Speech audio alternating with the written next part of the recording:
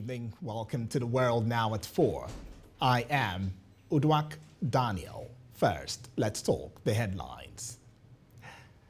And on the headlines, PSC promotes Magu to Assistant Inspector General. Still on the headlines, Al-Shabaab attacks AU base in Somalia. Also on the headlines, India's Prime Minister calls for ceasefire and peace talks. And on sports, Mali holds talks with former Nigeria coach. And now the news in detail. President Muhammadu Buhari has assured families of the kidnapped victims by bandits in the ill-fated Abuja-Kaduna train service of March 28 that efforts were ongoing to ensure their safe return. The president gave the assurance on Monday in Abuja when he hosted residents of the FCT who paid him a Salah homage.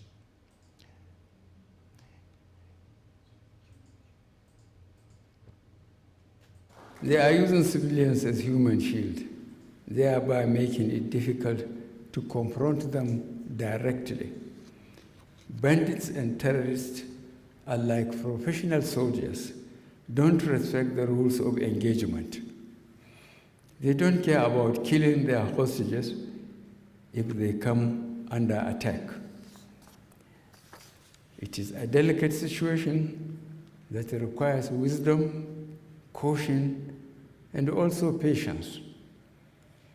Any rescue operation that results in the death of any hostage cannot be deemed a success. The government doesn't want this kind of tragic outcome. It is a complex situation that demands proper handling. The primary objective of any rescue operation is to free the hostages safely, unharmed, and alive. The Nigerian president in his speech directed security agencies and the Nigerian Railway Corporation, that is the NRC, to provide detailed information to families of the victims, regularly saying government would explore every opportunity to secure their return alive and unhurt. According to the president, bandits and terrorists, unlike professional soldiers, don't respect the rules of engagement and can resort to harming hostages when attacked. As we celebrate this occasion with joy amidst friends and family members, we are fully conscious of the fact that many families in our country are in a state of fear and anxiety on account of the many captives held by terrorists against their will, including those taken away after the tragic bombing of the Abuja-Kaduna rail. I have directed security agencies to ensure quick and safe recovery of all victims of kidnapping. I urge the railway management to immediately set up a situation room for the coordination of the rescue mission and for a minute-by-minute engagement with the families of the captives.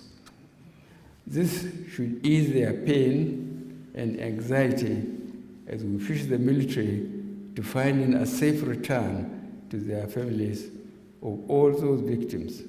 My aim is to see all those in captivity safely rescued. Let me assure Nigerians that the bandits are just pushing their luck, but this is only for a while before they are finally crushed.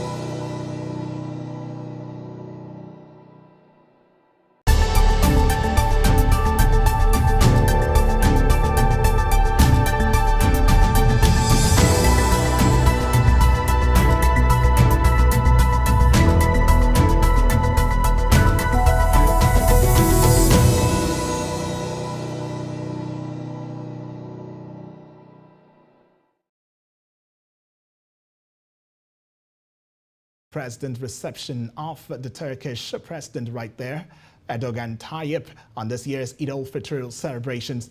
The senior special assistant to the president, Garba Shehu, disclosed this via a statement saying that both leaders spoke on issues bordering on military cooperation, bilateral ties, as well as global interests. The statement revealed that during their phone call, which was initiated by the Turkish leader, Presidents Buhari and Erdogan also covered a range of issues pertaining to the ongoing discussions between the two countries on the supply and local manufacture of military equipment, as well as matters of strategic cooperation. President Buhari also used the opportunity to especially thank his Turkish counterpart for his commitment and support to Nigeria in the ongoing war against terrorism. In other developments, Police Service Commission may have concluded plans to promote a former acting chairman of the Economic and Financial Crimes Commission, Ibrahim Magu, to Assistant Inspector General of Police. Reports gathered that the PSC Standing Committee has recommended him for elevation to AIG, a development that may set the Commission on a collision course with the Attorney General of the Federation, Abubakar Malami San. The decision to promote Magu, the most senior commissioner of police, followed the recommendation of the Inspector General of Police, that is IGP Usman Baba. The commission spokesman, Ikechukwu Ani, had said in a statement that the commission declined the promotion of Magu pending clearance from the Office of the Attorney General of the Federation and Minister of Justice and the Office of Inspector General of Police. The PSC had last July declined to promote Magu during the promotion of 24 CPs and other officers. The commissioner representing the media in the PSC, Austin Bramer, had also said the ex-EFCC boss may not get his retirement benefits until he is cleared of the allegations leveled against him by the AGF. Magu, a commissioner of police, has tendered his pre-retirement notice and will officially retire from the force on May 5.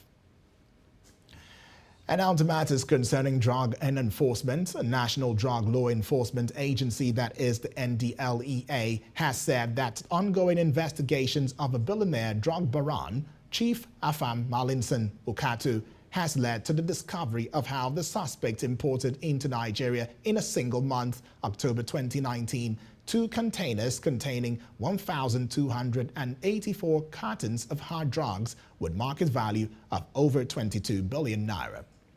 The agency stated this in a statement on Tuesday to counter insinuations by some hirelings that NDLEA has no evidence to pin a crime on Ukatu, who is the chairman CEO of Malinson Group of Companies.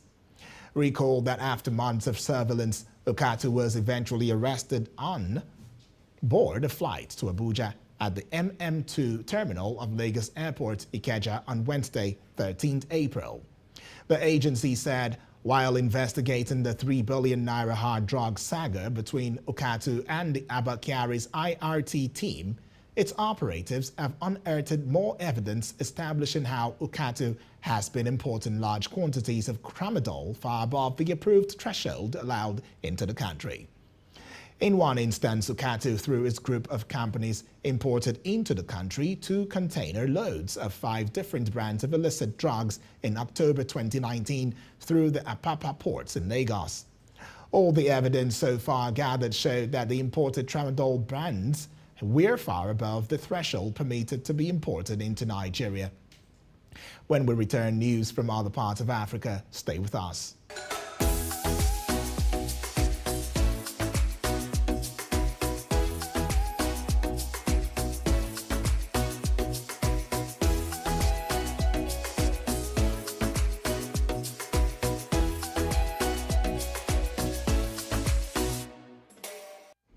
Glad to have you back on World Now at 4 on Hills TV.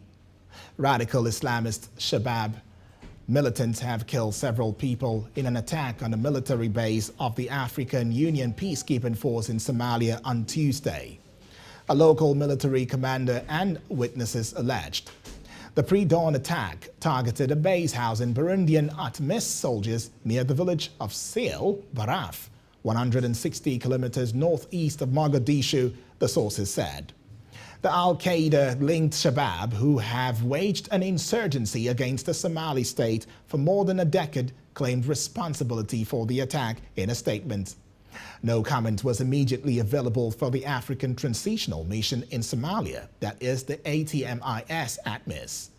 The force, which has nearly 20,000 troops, police and civilians from African countries, formally replaced the African Peacekeeping Force in Somalia, that is AMISOM, with a mandate extended in late March by the UN Security Council until the end of 2024 to stabilize the country against the Islamist Shabab insurgency. Tuesday's attack comes less than a week after Parliament appointed the speakers of the two chambers, a key step towards the election of Somalia's president. The election period has been marked by violence and an intense power struggle at the top of the state, notably between President Mohamed Abdullahi Mohamed, nicknamed Farmajo, and his Prime Minister Mohamed Hussein Roble. Bringing you more stories, former President John Mahama has taken on the government for what he says is the incarcerated critical voices, a reference to the recent invocation of Section 208 of the Criminal Offences Act 1960, Act 29. Mahama says the Akufo-Addo administration has elected his route as a means of evading accountability after running down the country. The 2020 presidential candidate of the National Democratic Congress, that is the NDC, adds that this is happening when the frustrations of Ghanaians is at an all-time high. The painful epiphany is that in Ghana today, the frustrations of Ghanaian people is at an all-time high. We're well and truly at a crossroad that is acutely complicated by the doubt and fear experienced by our next generations, that they face a future that carries no expectations of success in their lives. For most Ghanaians, the feeling of despondency and hopelessness is real and personal. It is exacerbated by a dangerous trend of growing inequality and lack of upward social and economic mobility, in addition to a calculated effort at constraining social justice. Interestingly, the condescending responses from government officials to public complaints have often accentuated the frustration and anger of the people. A government bereft of ideas has resorted to incarceration of critical voices, name-calling of citizens, and unfair categorization of the labor force and huge numbers of unemployed youth as lazy and undeserving. Worst of all, government has been using chaotic shouts and insincere technical analysis laden with dubious comparisons and outright untruths to manage the narrative. And now away from that story, let's head on to Mali, where Mali's ruling junta announced on Monday it was breaking off from its defense accords with former colonial master and ruler France, condemning flagrant violations of its national sovereignty by the French troops there. Spokesman Colonel Abdoulaye Maiga confirmed in a televised statement that for some time, the government of the Republic of Mali noted with great regret a profound deterioration in military cooperation with France. Maiga cited multiple instances of French forces having violated the country's airspace and referred to the June 2021 decision by France to end joint operations with Malian forces. Tensions between France and the junta in Mali, which seized power in August 2000, have been rising for some time. Monday's announcement threatened several times over the past few weeks was the latest confrontation and confirmation of deteriorating relations between the junta and France. We now move to other parts of the world after this break. Don't go away.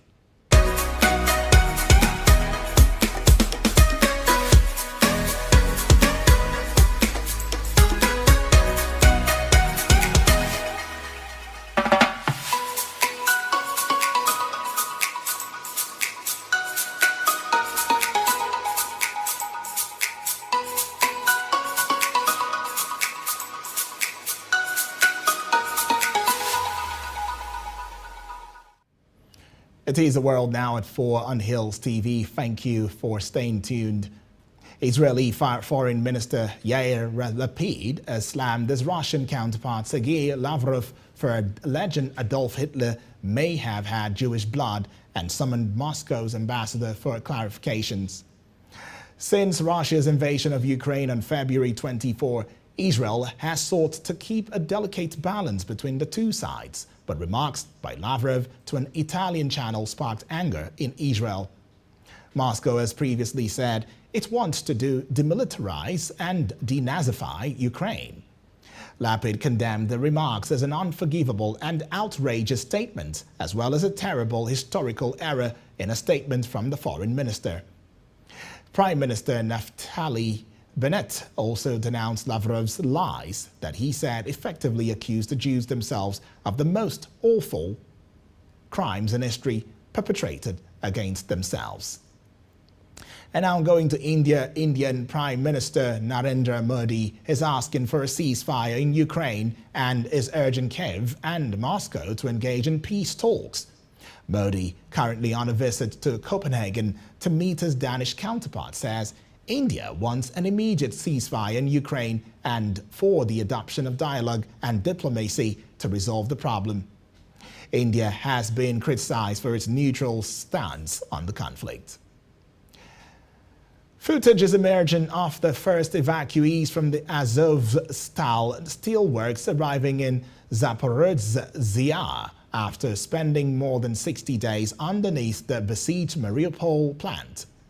A convoy of white buses has arrived carrying civilians, including families, elderly people and children who disembarked with the help of Ukrainian police. Some of the refugees could be seen weeping as they arrived.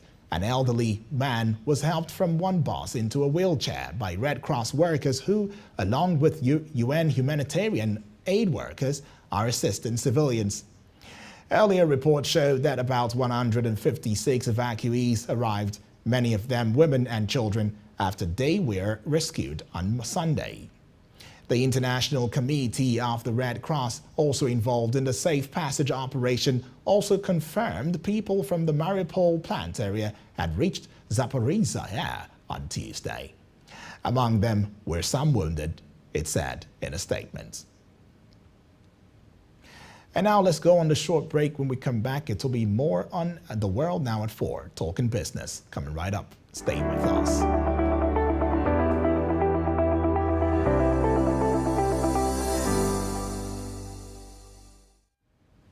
Welcome back and thank you for staying with us. Talking Business, volume of dollars traded, turnover in the investors and exporters, that is the I&E window of the foreign exchange market, rose sharply by 201.5% yearly to $14.53 billion in the first 4 months of the year, January to April 2022, from $4.82 billion in the corresponding period of 2021.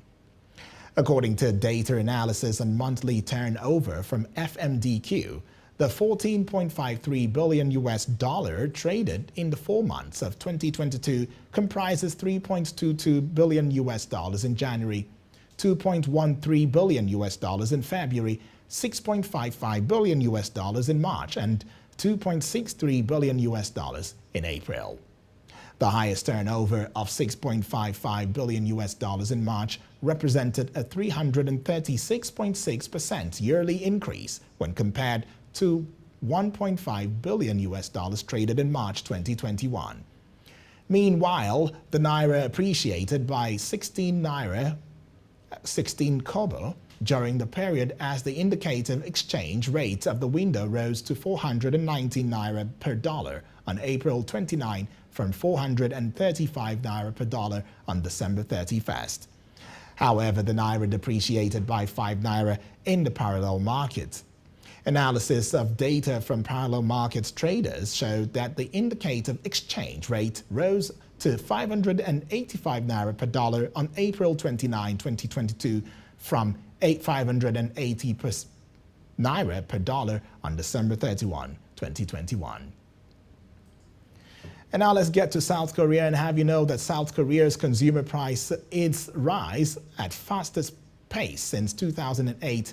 South Korea's consumer prices rose at their fastest pace in nearly 14 years in April on the back of surging food and energy prices in the latest sign of high inflation taking off in Asia. Asia's fourth largest economy saw its consumer price index, that is the CPI, rise 4.8% last month from a year earlier, up from a 4.1% increase in March, Statistics Korea data showed on Tuesday. The rise, which exceeded market expectations, marks the quickest price growth since October 2008 during the global financial crisis. The index rose 0.7% monthly after rising 0.7% in March. Core inflation, which excludes volatile energy and food prices, rose to 3.1% on a year-on-year basis in April, up from 2.9% in March and the highest since May 2009. The move marked the fourth increase of the central bank's base rate since it began tightening policy in August last year, as one of the first central banks in high-income countries to raise the alarm about inflation. Singapore and New Zealand also raised interest rates last month amid growing inflation concerns, while Australia is tipped to announce the first of a series of rate hikes on Tuesday. More to come on The World Now at 4 on Hills TV, and that would be sports coming right up next. Don't go away.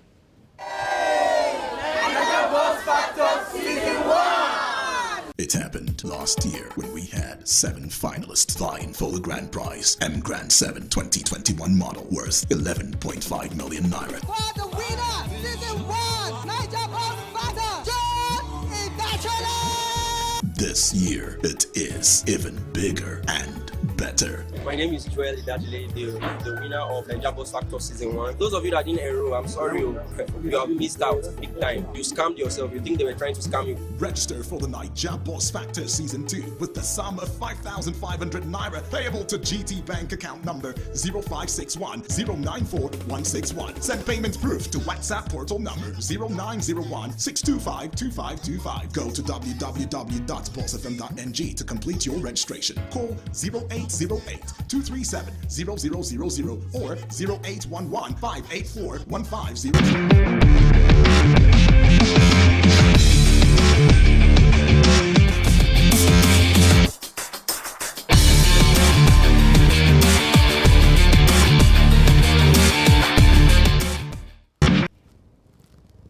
Good evening and welcome to Sport News on World Now at 4.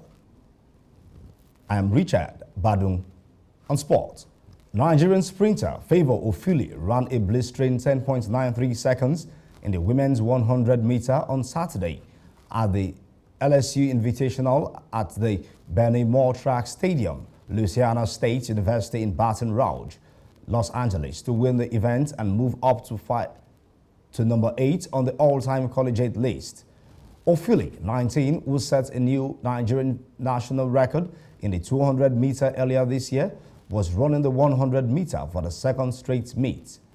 Ofili's 10.93 moves are up to number 4 as Nigeria's fastest female 200 meter runner, behind Blessing Okagbari with 10.79, Chioma Ajunwa having hitting 10.84, and Gloria Lozie 10.90 with her feet. She has overtaken Mary Onyali, who sits on 10.97 seconds, and Damola Osai 10.99 seconds, not forgetting the duo of Mercy Unku and Gloria Asumu, who both sit on 11.03 seconds.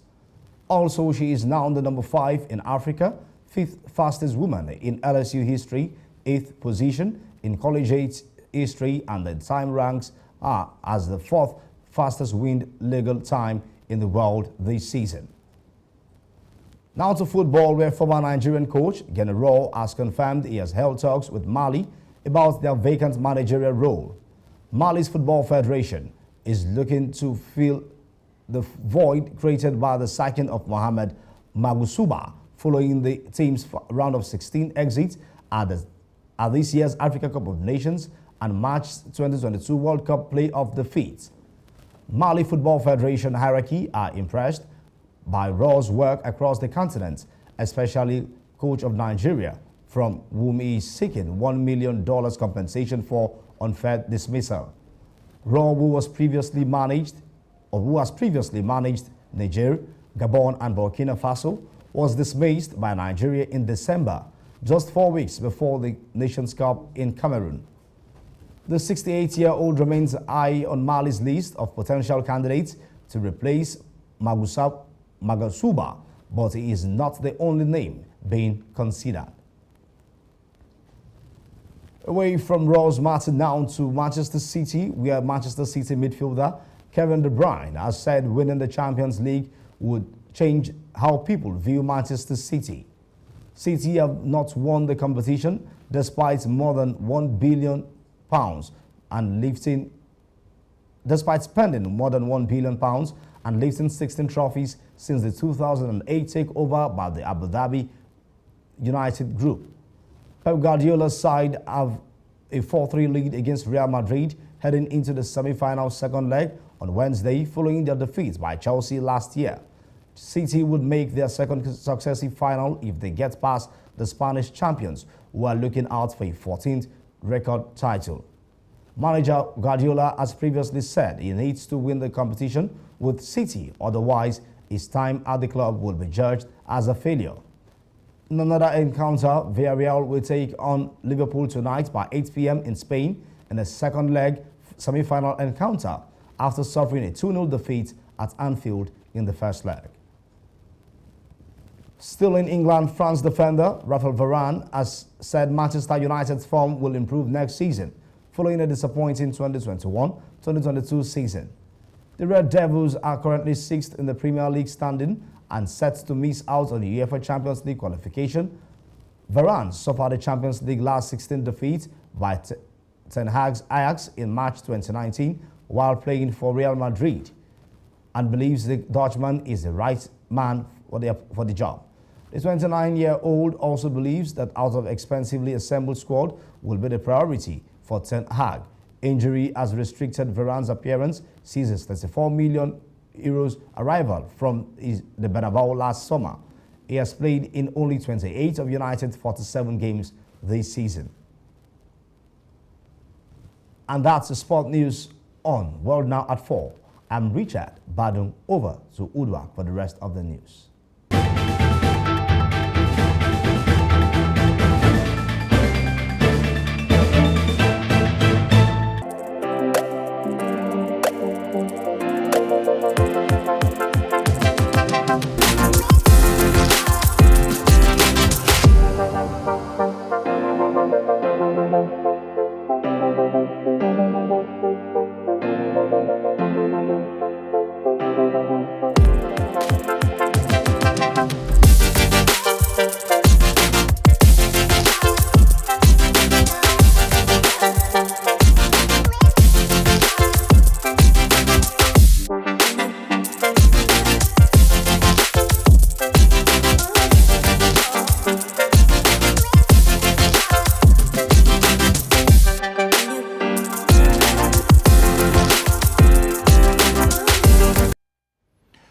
Many thanks, Richard Badung, for that one on sports.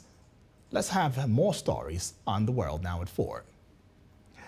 In the news, fire incident has ravaged an office of the Independent National Electoral Commission, that is the INEC, in Zamfara State, situated in the Kaura Namoda local government area. The fire reportedly started late hours of Monday. When firefighters arrived at the scene in time to save the office, they reportedly could not put out the fire due to the lack of water in their fire truck. Meanwhile, INEC authorities in the region and the national level are yet to issue an official statement regarding the incident. The Zamfara State Police Command are also yet to confirm the incident. So far, there is no report of any casualty from the incident.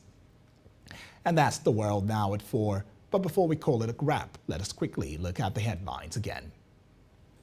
We told you on the headlines, President Buhari prays for peace, prosperity. We also told you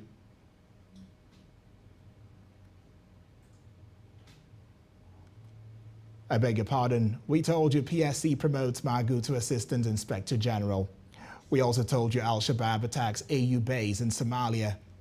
We brought to the fore the fact that India's Prime Minister calls for ceasefire and peace talks. And we told you Mali holds talks with former Nigerian coach.